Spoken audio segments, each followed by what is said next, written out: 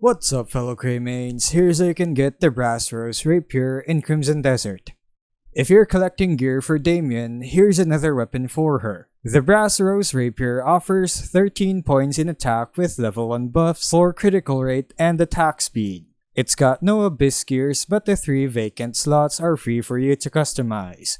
You'll find this north of the Delesian label just above the letters E and S, and west of the city of Delesia, inside the Silverbrook ruins. For a closer look, it's right between this path that splits just to the right of the Snake Tail Wall label.